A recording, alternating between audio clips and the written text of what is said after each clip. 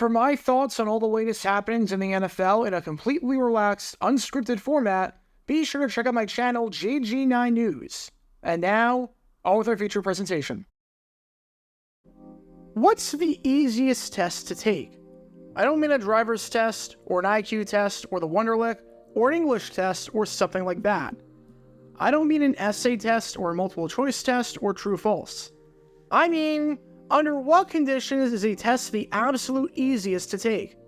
Without a doubt, it's a test where someone, quite literally, gives you all the answers. You don't have to do any work whatsoever. You don't have to think about anything. You know all the answers. You know everything that's about to happen.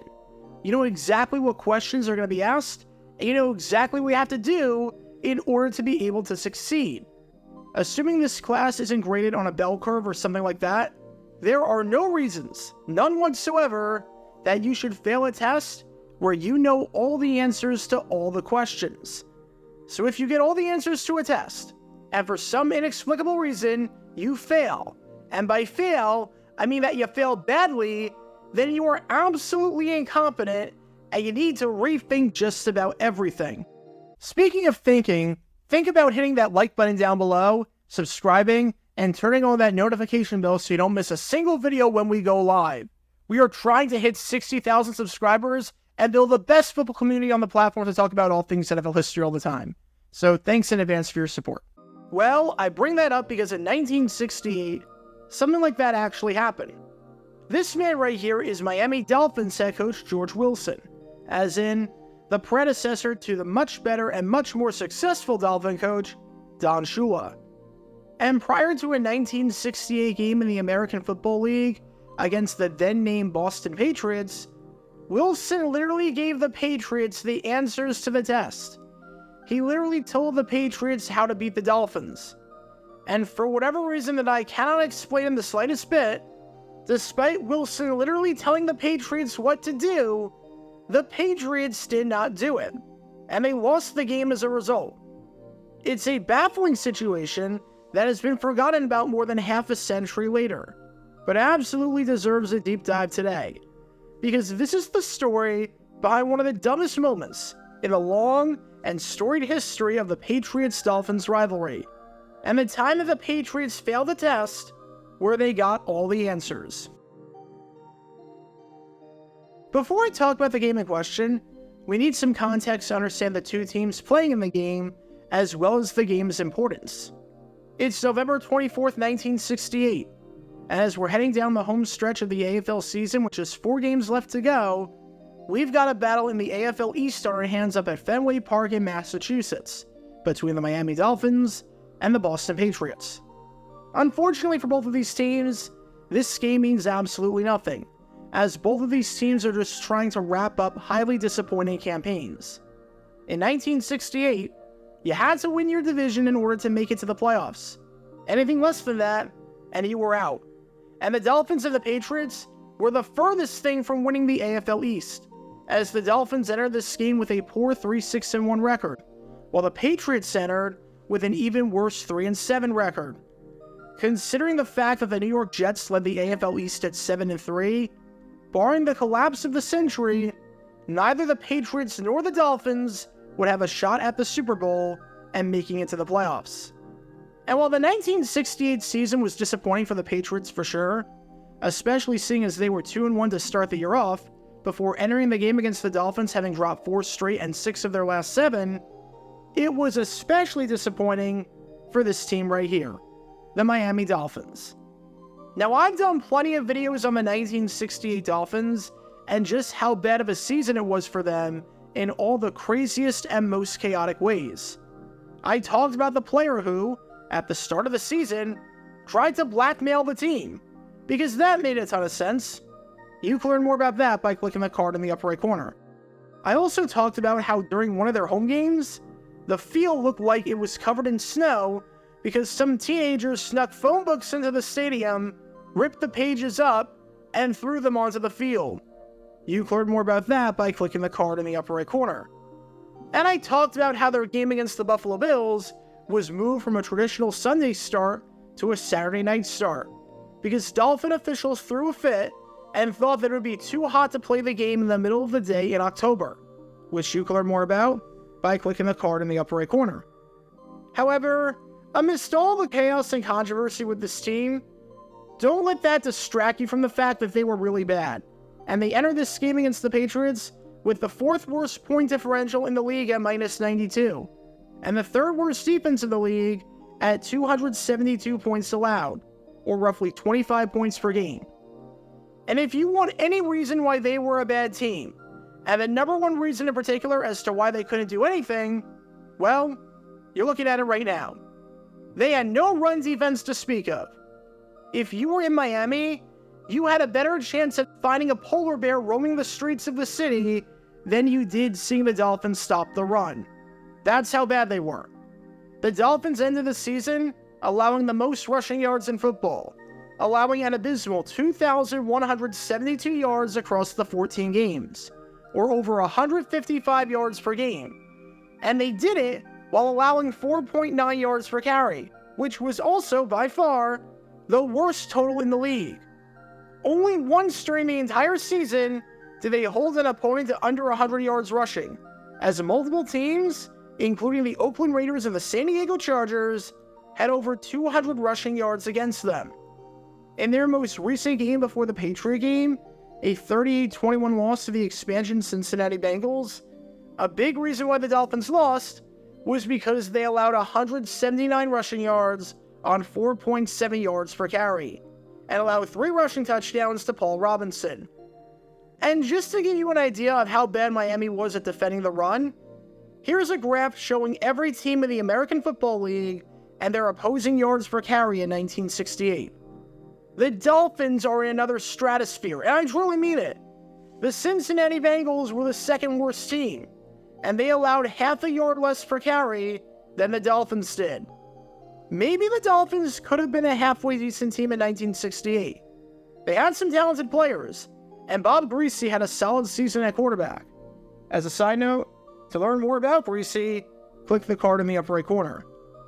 But any semblance of being competitive was thrown out the window when the run defense was put to the test, because everything about the Dolphins' run defense in 1968 was ugly with a capital U. Unless, of course, you were the team running the ball on them with ease. Now, the bad news for the Patriots was that they were coming off of the game against the Kansas City Chiefs, where they lost 31-17, and where starting quarterback Tom Sherman had to throw the ball 48 times. In those 48 attempts, or 51 if you count the 3 sacks he took, he threw 2 interceptions and completed just 43% of his passes, with a passer rating of 53.5. However, the good news was that going up against this awful run defense right here, the Patriots did not have to do that. You did not have to throw the ball to beat the Dolphins. You really didn't. All you had to do was run at will, and you would win the game. Again, I hope I harped on the point enough and emphasized and stressed just how bad this Dolphin defense was on the ground. In 2023, the Arizona Cardinals had the worst run defense in football. They allowed 143 yards per game. And this Dolphin team was allowing 12 yards more per game than that. Just run the ball on the Dolphins, and you'll win the game. And don't just take my word for it. Take the word of George Wilson, as in the freaking head coach of the Miami Dolphins. Because for some inexplicable reason, when meeting with the press prior to the game, he gave the Patriots the formula to beating them and conceded that his run defense stunk. When Wilson found out that the Patriots attempted 51 passes in their last game against the Chiefs, with 48 actual passing attempts and 3 sacks, Wilson was flabbergasted and said that there was no way that the Patriots would be doing that this week against them. Said Wilson, "Is that right? Well, Tom Sherman won't be throwing that often against us. They'll run around our ends." Wilson was, in no uncertain terms, saying, "You had to be a moron to throw that much against us. Just run the ball. We can't stop anyone right now. It doesn't matter if Jim Nantz is back there or if CBS play-by-play man Jim Nantz is back there. We're not going to stop the ground game. Just run the ball against us, run around our ends, and you'll be good. We are literally giving you the game plan and the strategy to beat us. Run the ball. Run around us. I mean, can you imagine a coach being dumb enough to do that today and conceding defeat? Imagine a coach saying they won't have to blitz against us because they can get pressure with 4 because our offensive line is that bad. Imagine a manager in baseball saying he won't have to throw off-speed pitches against us because we can't hit the fastball. The coach is literally giving you the formula to beat his team. He is literally giving you the answers to the test. And it's not like Wilson elaborated on this or was using this in some sort of generic coach speak answer. It's not as though Wilson said, "We know that teams have run the ball a lot against us with tons of success, so we have to do a much better job of stopping that." It's not as though Wilson said, "We have a feeling the Patriots will be running more this week than they did last week, so we need to do a good job stopping the run, and we need to get an early lead to force them to throw more often and play from behind." No, Wilson literally said that the way for the Patriots to beat the Dolphins was to not throw too much and to just run the ball, especially around the ends, because his team could not stop the run. Seems like an insane comment from a coach who is just throwing in the towel, who is clueless, who is inept, or is a combination of all three. But the Patriots knew what they had to do, courtesy of Miami's head coach. Just run the ball on the Dolphins, and you'll be good. And what's amazing about this is that the Boston Patriots, in this game right here, for whatever crazy reason, did not do that. The Dolphins were literally giving them the answers to the test. The Dolphins were literally giving them the game plan. And yet, the Patriots refused to do it. When Boston did run the ball, they were highly successful. Boston attempted 23 runs and got 112 yards on them. So the Patriots averaged 4.9 yards per carry, which is basically what the Dolphins were giving up all season. But for some inexplicable reason, even though George Wilson was inviting Boston to run the football by virtue of everything, the Patriots refused, as Boston, between the sacks they took and the actual passes they threw, called 34 passing plays compared to 23 rushing plays. And there was no need for Boston to do that, especially because Boston jumped out to a 10-0 lead in the first quarter. So it's not as though they had to throw because they were playing from behind. Boston just chose to ignore George Wilson's advice for whatever reason, and it resulted in the Pats turning it over 3 times, with 2 of them coming on interceptions, including one which was a pick 6 by Dick Anderson, and one of the turnovers coming on a sack deep in their own territory to set the Dolphins up with a ridiculously short field. Which is why it won't come as a surprise to anyone when I say that the Dolphins, because of Boston's stupidity, ended up winning the game 34-10, and ended up putting together maybe their best outing of the entire season. Did Miami look good against the run? Absolutely not. They allowed close to 5 yards per carry. Did Miami's run defense at any point show any signs of being able to stop the Patriots on the ground? Absolutely not. And yet, despite Miami playing poorly on the ground, and despite their head coach literally telling Boston that the key to beating them was to run the ball because they couldn't stop it, Miami won by 24 points. I don't even know what to say to that. The Patriots had the answers to the test, and the preparation for the entire week was to eat the answer key. I don't know. As for what happened after the game between these two teams behind me right here, Boston ended up finishing the season with a 4-10 record, as after that game against Miami, they dropped 2 of their final 3 games. It's going to come as a surprise to absolutely no one, considering everything I said, that the Patriots got a brand new head coach in 1969, bringing in New York Jets assistant Cleve Rush to right the ship.